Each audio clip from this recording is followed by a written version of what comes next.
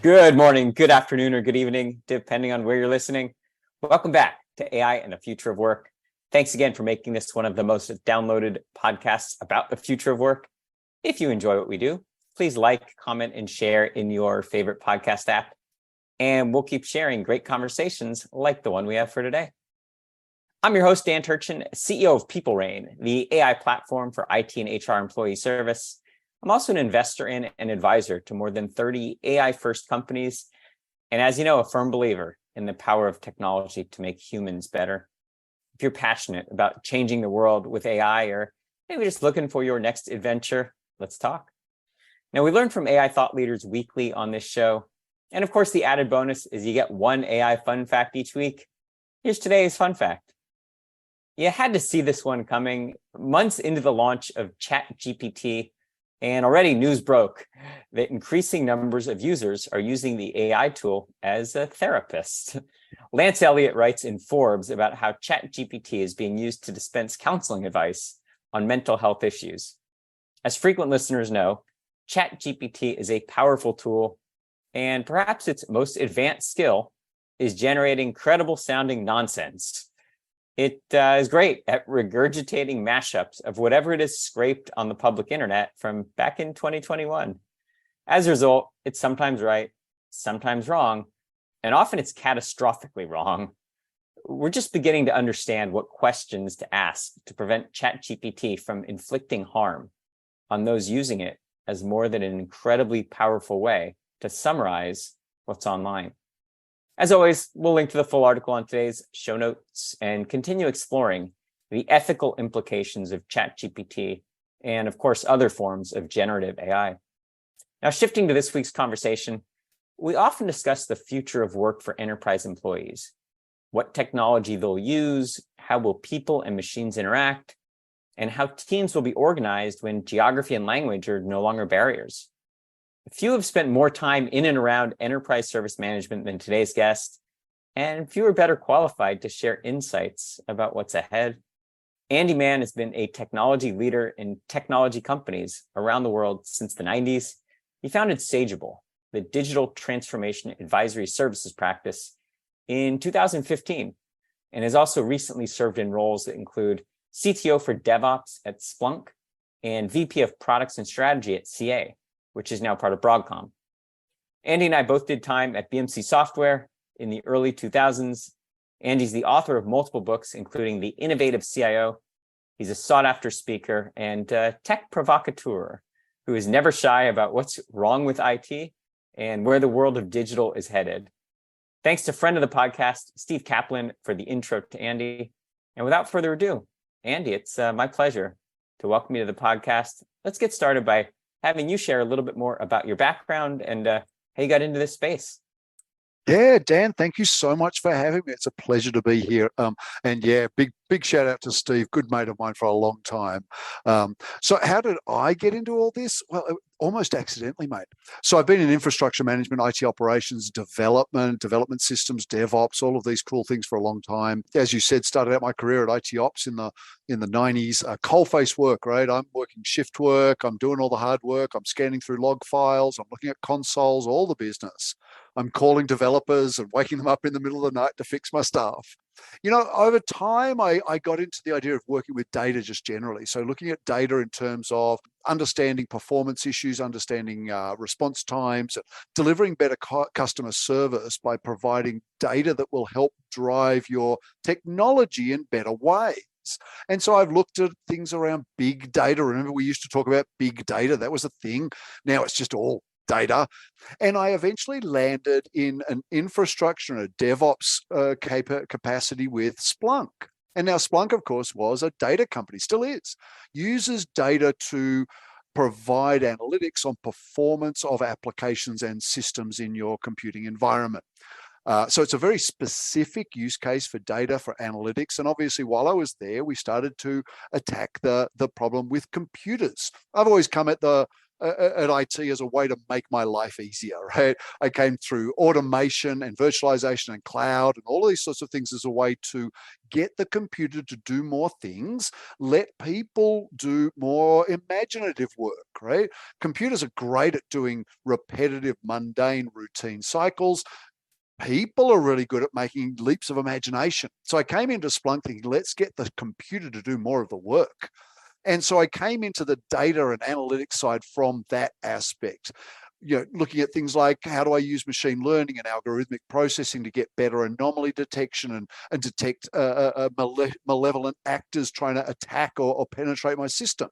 How do I get data to tell me how to provide a faster and better response time? How do I get data to tell me what my customers are using in terms of the functionality of my software products, and where should I focus my development resources to make a better experience for them? And then, because I've been working from home for 20 plus years, future of work came around. And the idea of using data in predictive ways to make people's lives better, their jobs easier, make them more effective at their job started to come into my mind. And so, looking at ideas around machine learning and AI ops to supplement and augment human beings to do more work and better work, to free them up to do more imaginative things and more innovative things. And that's sort of how I came to this whole practice area, I guess. We're still early in the adoption of AI in enterprise contexts. And like I said, you've been doing this for a long time, and you've been at Sageable since 2015. Share with the audience one success story where you've seen some application of AI be successful within an enterprise setting. Yeah, absolutely. I'll actually share just a couple, because there's some really good experiences that have happened. You're absolutely right. We're very early. But I was working with one financial firm, and this probably doesn't sound impressive, but I'll quantify it for you. We were able to look at the signals in their enterprise and figure out what was normal in terms of performance and response time. So, even when it was going through high peak periods and response time was slow, that was still normal for that time, for that workload, right? And so you needed to have this long running series of data analytics over literally months to understand what a good cycle looks like. Every business has cycles, right? A lot of business have daily cycles. You do daily cash flows and stuff like that, right? A lot of business have weekly or even monthly cycles, quarterly reporting, annual things for like tax reporting, so forth. Every business has these cycles. And to do really good machine learning, you need multiple cycles to see where the anomalies happen, what is normal in that data set. And so going through multiple cycles, we were able to detect that when they got a specific kind of slow response issue, the precedents to that were very predictable and knowable. And so we were able to shave, and this is where it gets very unimpressive, Dan, we were able to shave 90 seconds off the predictive time for an outage. 90 seconds, minute and a half. That's not that bad. I've been talking for longer than that just in this answer. But for a business like that, financial services, 90 seconds of downtime is literally millions of dollars. 90 seconds of forewarning is preventative. It's not about the 90 seconds you spent predicting the problem. It's about the 2 hours you did not spend fixing a problem that you didn't understand. So we were able to get 90-second forewarning for this bank, for this insurer, for this banking facility, financial firm, to understand they're going to have an outage and start to put resources at it to prevent the outage. So predictive analytics using AI and machine learning techniques to prevent an outage. We no longer had to call out people on call. We no longer had to get a war room together. We didn't have to get literally 13, 14 people in one room, highly paid, expensive people wasting their time just to get customer service back. We were able to prevent the problem in the first place. So that was a great use case, not exciting on the surface, but you dig into it, it's like, wow, that's millions of dollars in customer experience we're helping. One other, which I'll do quickly, I love this story. We never quite got enough money for doing this for our customer. A logistics company, we were able to predict and prevent their train drivers from overusing their braking systems. And as a result, we were able to save them $1 billion a year in fuel costs. Just nuts how impactful that one single data point was for them. So yeah, some really positive use cases in industry, one from IT, one from industry. AI is a real thing. It's got a long way to go, but it's already got a lot of success. Powerful examples. Both of those would be the topics for a whole other 2 episodes of this show. But I'm going to move on. When you take, whether it's those 2 examples you shared or others from your past, what's the number one thing that you think enterprise tech leaders don't really get about what are good problems to try to solve with AI? Yeah, I think one of the biggest issues right now is that it's about 100% success, and it shouldn't be. You know, humans are not 100% successful. Why would we expect our AI to be 100% successful? I think we need to look as technical people at augmentation as much as we do artificial. You know, what is the A in AI? Augmented intelligence, helping people do better. You don't need to do it perfectly. Get successive approximation, move closer to your target of, you know, what is it? Selling more software, maybe. That's my world. So what do you need to do to sell more software? So you need to get your AI to do better marketing, target the right audience, understand what their needs and concerns are, send them the right document that targets those needs and concerns, right? All of it. So a salesperson who's doing this with human intelligence will interpret and react and so forth. We don't have AI that's ready to do that. I mean, you know, have a look at your inbox and see how much of the spam totally does not hit to understand how bad we are at those sorts of predictive things right now. But I can get a lot closer. I can understand, say, for someone in insurance, they've got certain regulatory requirements. And so I need to make sure that the content I'm sending them in my lead nurture flow is addressing their concerns about privacy, about GDPR, you know, about regulatory compliance, for example. Some of these things are successive approximation. As a seller, for example, I can inquire into my AI engine and ask it, what content should I send to this contact? And it can understand who the contact is. You talked about ChatGPT in the intro, going onto the internet, having a look at their LinkedIn, looking at maybe they've got blog posts, maybe they've posted some stuff officially on their own corporate website, understanding a little bit more about them and their person and their concern. And now I can suggest 1 or 2 pieces of content, which is really going to hit the mark for that particular prospect. I don't need it to be 100% accurate all the time. It has already saved me as a seller, what, an hour, 2 hours of background research to go and collect that information. I can then make a choice. Well, I think this person will want this piece of data or this content or watch this video, right? It doesn't have to be fully automated. It doesn't have to be 100% accurate. As long as we can get closer, the Pareto rule comes to play. We can get a lot more benefit than I think we realize if only we will accept as technology leaders that this technology is not perfect. So you gave probably the best example I've ever heard of the value of AIOps, talking about the bank and being able to predict an outage with 90 seconds advance notice. For anyone who's been in or around the world of AIOps, that's a hard problem to solve. And 90 seconds with a high degree of accuracy is incredibly powerful. But AIOps is definitely a confusing term. I think it's misunderstood. It's this blanket term for a bunch of related technologies. Describe your perspective on, first off, what is AIOps to you? And do you think we'll ever be in a place in the industry where everybody who's not a Sageable client can achieve, the kind of benefit? The real holy grail is predictive intelligence, like the story that you told. Yeah, look, I come to AIOps from its earliest days, right? When I was working in a data company when I think it was Gartner came up with the idea of AI ops. And originally it was algorithmic intelligence for IT operations. Then they decided that everyone knows what AI means. So we have to call it artificial intelligence for IT operations. I've got a problem. I actually believe that there is no ability for a less complex system to understand a more complex system. I don't believe that computers can understand humans. We don't even understand humans. So there's limitations on it. So I like to go with algorithmic intelligence. I like that. Personally, in my mind, I always think of it as augmented intelligence because we're not going to replace the humans. Think about automation, simple stuff, right?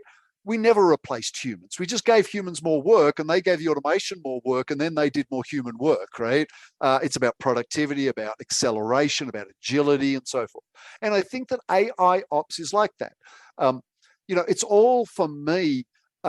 It's about the algorithms, it's about the data, but there is mostly promise at the moment, not a lot of real impact, but the starting point is that deep tech, right? Using technology for technologists.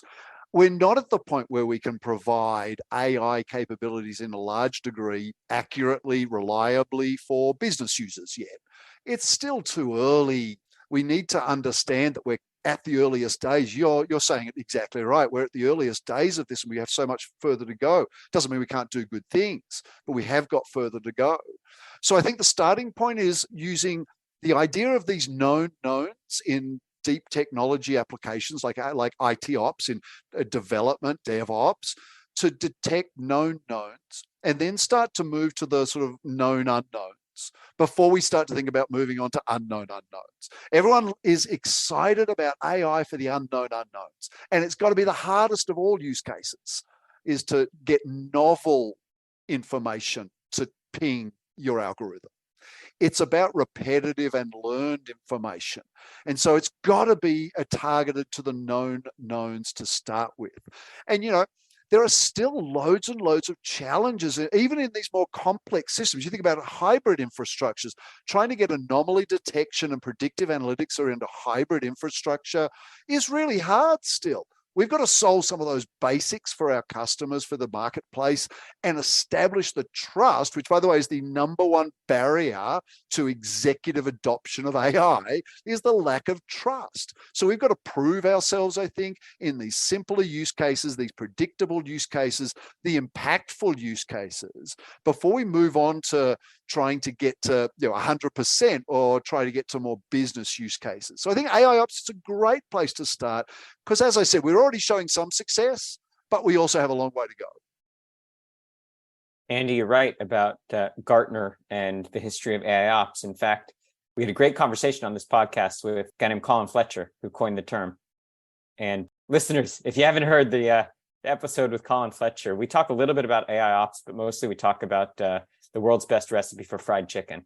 So go look that one up in the archives. I'll link to it in the show notes. So Andy, talking about on the topic of trust, I think a big impediment to broader adoption of AI in the enterprise is, you call it mistrust or fear of the bot apocalypse. It's out to get me. It's going to take my job. Tell our listeners what roles in enterprise IT are likely to be eliminated by automation, and then maybe take the flip side of that. What kinds of opportunities will more AI create in the enterprise? Look, unpopular opinion, Dan, I don't think it'll delete anything. We never do, right? In tech, we never get rid of anything or anybody, really. Notwithstanding the layoffs that we're seeing, and right now at the time of recording, and that's impactful for people. But technologies don't really go away. And in a lot of ways, human roles don't go away either. We automate some of the work, but then we use the people to do better work. And I've always seen this. My whole career has been in automation. I actually automated myself out of a job several times. And the job I automated myself out of, IT operations. Do you think we got rid of that role? Absolutely not. I just got rid of myself because I was doing routine, mundane work, which didn't make sense. So I got the computer to do more work for me and ended up, it's like, well, I don't have a job anymore. We're going to continue on that because at that time, I looked to the next job, right? I became an automation programmer. So I left IT ops and came off shift and ended up as an automation programmer, right? I think this is going to happen. Now, that's not to say AI is not going to affect roles, right? Think about marketing especially. That's a great entry point for a lot of the artificial intelligence thinking that people are doing, not necessarily in practice just yet, moving beyond the IT-centric roles. But you think about marketing, a lot of it's about getting to know your customer better and understanding who they are, what they want, right? Where is your spend effective? Where is it not? Historically, marketing has been, I think it was Bill Gates. Bill Gates, I think, said, if I only had $100, I'd spend it all on marketing. But someone else said, I know my market. I know 15% of my marketing spend is super effective. I just don't know which 15%. Right? That's where AI can work. Better personalization, targeting, automation. That's already cutting into corporate marketing. Some of that same tech will come to product marketing, content marketing. You mentioned ChatGPT. How hard is it to create a new blog post based on a ChatGPT? Hard to make it meaningful and novel and interesting. Easy to use it though. So that'll happen. On the flip side that you mentioned, you're going to need a bunch of data scientists to figure out how to use the technology to do better automated and AI-based marketing. I think we'll see the similar sorts of things in support services, customer support, technical support. The ability to find a solution to a problem is becoming easier and easier, even for business users. Natural language processing, ChatGPT kind of technologies, these sorts of things are becoming even easier to self-serve for customer support, even for developers and IT operations teams to go and find potential resolutions to their problems. We're beyond crowdsourcing even and going into algorithmic sourcing of solutions. So these things will happen, but we're going to need people in IT operations and SRE modes who have better affinity to using these tools to figure out which solution is going to be more likely to be the one I need to apply right now. You're still going to have these sorts of roles and skills that you need.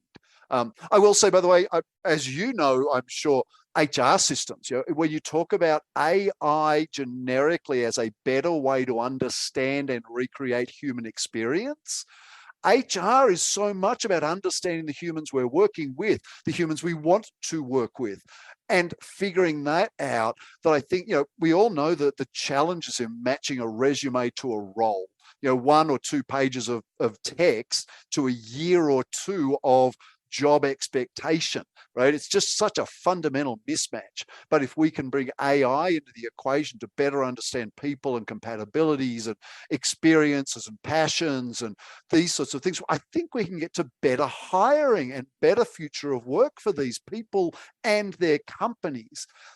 But again, it's going to take HR professionals who are ready to take on new tool sets and evaluate people in different ways using different criteria, assisted by artificial intelligence and machine learning algorithms. So yeah, I agree. I don't think any of these roles really go away. They get reskilled, they get upskilled, we get new skills. We lose some of the old stuff because the computer's better at doing it, but we bring in new stuff because we'll always be better at doing some of these things than any algorithm will be. So you're talking to a large audience of students who are going to be the next generation of leaders in this new enterprise that we've been discussing. So we agree some tasks or roles may be automated, like yours, the one you described in IT operations. What are the skills that you would encourage the next generation to be investing in that will never be good candidates for automation? Oh, yeah. So definitely around innovation and creativity.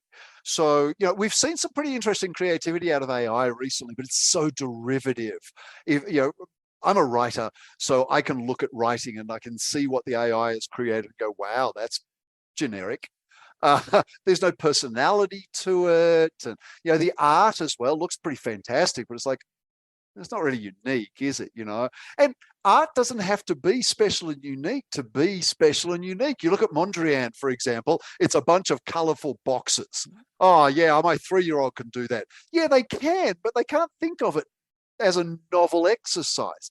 This is what students need to look at. They need to learn programming, data science, absolutely, because I believe algorithmic processing, the ability to create sophisticated algorithms, will help you in any job you have, right? If you're going into HR, the ability to create an algorithm that reflects your business's culture and then plug that into your talent-seeking tooling, that's going to be very powerful for you as an individual in your career. You're going to be able to work with the new types of tool sets. So I think that's really important. Data science obviously is going to be important. But I would say that I think as much as a lot of STEM advocates will sort of dump on the humanities, I think that's where a lot of people should be focusing some energy. The ability to communicate as a human, to be able to interpret other humans, and art, literature, music, these sorts of things give you interpretive capability. The other thing I would look at is definitely areas around that help you wrap your head around abstraction and disciplines that help you move at arm's length from the job you're doing. Because you're going to be working with assistants, you're going to be working with virtual assistants, you're going to be working with AI that is abstracted and using stuff that you don't necessarily understand to come out with new viewpoints.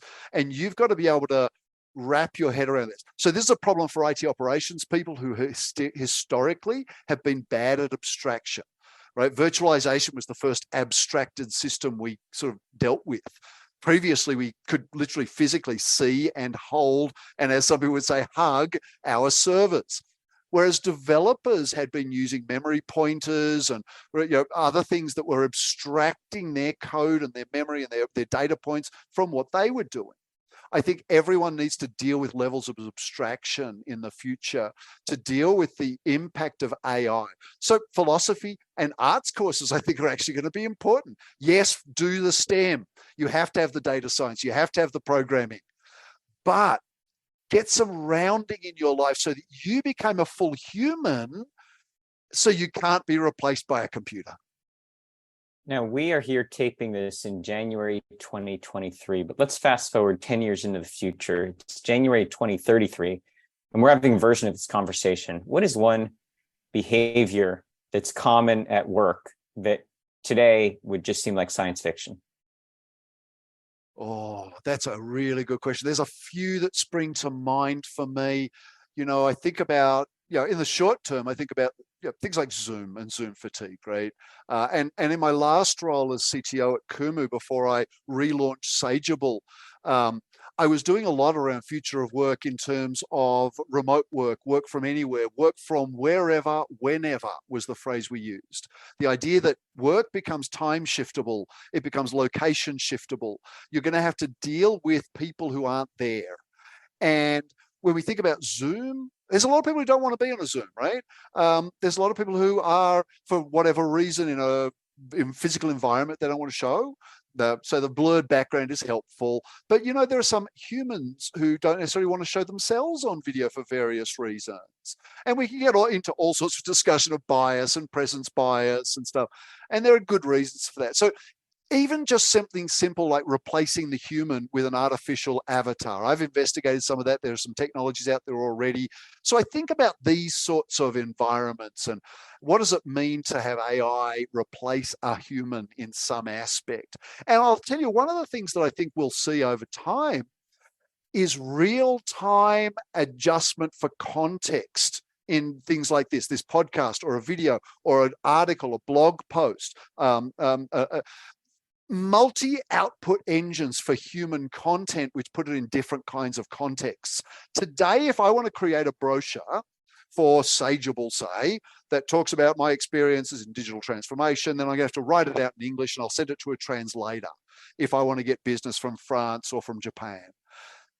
It's getting closer and closer that we get real-time transliterations and real-time translations, and you just have to watch C-SPAN or ESPN or CNN and see what the subtitles are like to see how accurate that is.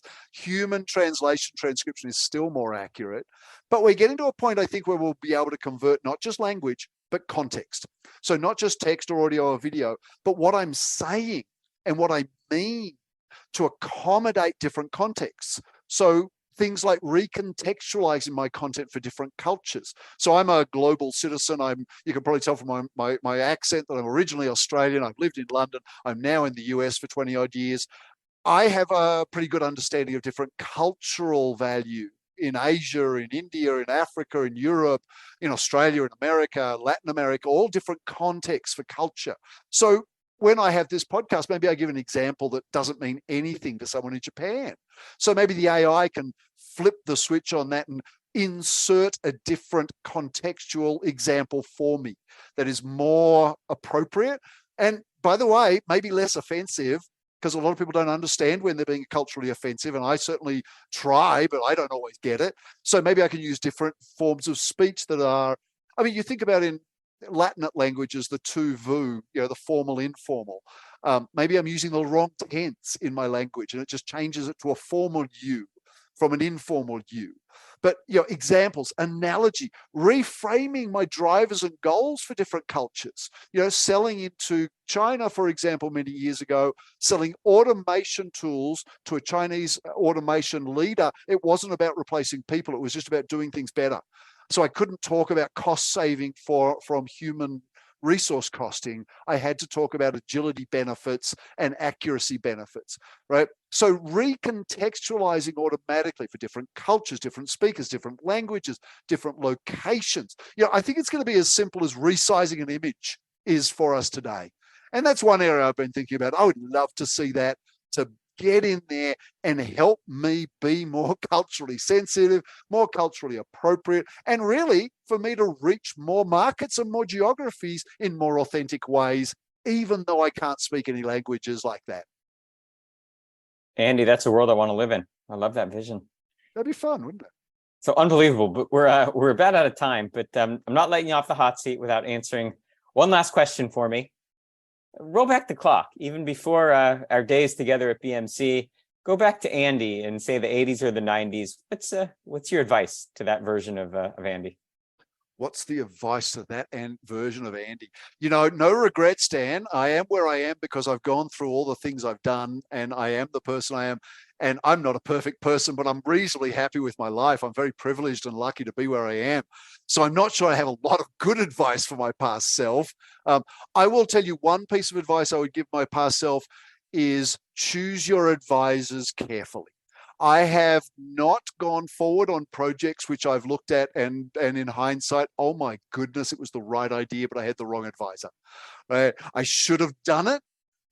Sometimes, by the way, I've had advisors say, Andi, you should go for that. And it's been a complete disaster too, right? Choose advisors who will support you. I had advisors back in the 90s, late 90s, .com era. I started up a couple of businesses in that time, and I was pushing hard up against regulations and regulatory controls. I was in a financial industry, and I had a couple of advisors who were traditional financial industry people because they had the knowledge, right? So it made sense. And this is actually something I picked up from the CIO of a large bank when I was writing my book on innovation, The Innovative CIO. And he said, Andi, I always want to know from my interns what they think because they don't know what they're not allowed to do. And I love that expression. Get more advisors who don't know what you're allowed to do, who don't know what you're not allowed to do, so that they will see your vision and not go, oh, no, but that's not going to work. Oh, no, currently that's not going to work. Oh, you'll butt up against these problems. Get advisors who will give you yes and instead of no cause. That would be my best advice to myself as a young man. Better advisors. Brilliant. I'm jotting that one down. Gosh, we're out of time, but tell our guests, where can they learn more about you and your work at Sageable? Oh, look, thank you so much for having me, Dan. I can't believe we're out of time already. Jump onto my website, www.sageable.com, SAGEABLE.com. You can always see me on Twitter, at Sageable, at Andi Mann, ANDIMANN. I'm also Andi Mann at masto.ai in the Fediverse. And I'm on LinkedIn. If you Google me, you will find many, many pages of Andi Mann. If you spell it right, I'll be the only one there. Andi, it's been so much fun hanging out. Will you come back and do this again sometime? I would love to, Dan. Thank you so much for having me. Excellent. Again, thanks to Steve Kaplan for the intro. This was a lot of fun. And gosh, that's it for this week on AI and the Future of Work. But as always, I'm your host, Dan Turchin, and we are back next week with another fascinating guest.